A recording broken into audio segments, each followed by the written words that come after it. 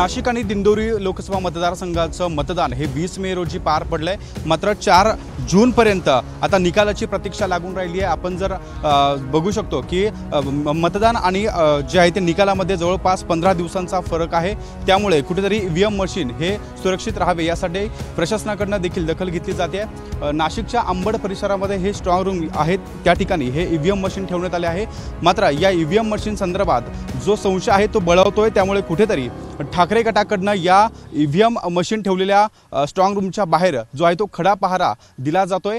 या ठिकाणी जवळपास 13 जे आहे ते पदाधिकारी कार्यकर्ते या ठिकाणी तैनात करण्यात आले आहे आणि दिवसभरातील 3 सत्रांमध्ये हे 13 पदाधिकारी या ठिकाणी पहारा देत आहे। आपल्यासोबत काही ठाकरे गटाचे पदाधिकारी आहेत।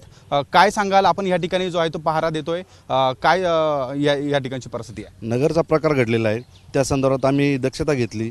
कलेक्टर ऑफिसकडून आम्ही परवानगी काढली 13 लोकांची।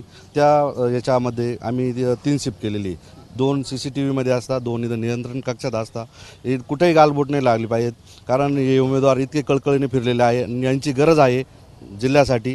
त्याकरता आम्ही स्वयंपूर्तीने आम्ही या ठिकाणी पहारा देत आहे।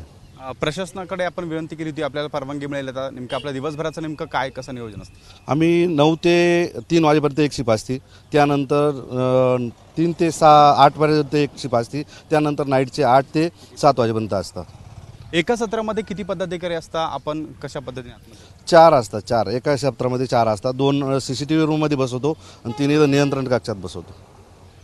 आपण जर बघू शकतो या ठिकाणी हे पदाधिकारी आहेत ते जे आहे ते या ठिकाणी पहारा देताना आपल्याला पाहायला मिळत आहे। सकाळपासून संध्याकाळपर्यंत 3 सत्रामध्ये जवळपास 4 पदाधिकारी या ठिकाणी पहारा देत आहे आणि या अनेक ठिकाणी ईव्हीएम संदर्भात संशय जो आहे तो मोठ्या प्रमाणात बळावतोय। त्यामुळे कुठेतरी ठाकरे गटाकडनं नाशिकमध्ये ज्या ठिकाणी ईव्हीएम मशीन ठेवले गेले आहेत त्या ठिकाणी हा पहारा दिला जातोय आणि ईव्हीएम मशीन सुरक्षित राहावे यासाठी प्रशासनासोबत त्यांनी देखील या ठिकाणी पुढाकार घेतल्याचं आपल्याला पाहायला मिळत आहे।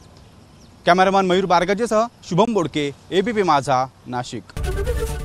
ABP माझा, उघडा डोळे बघा नीट।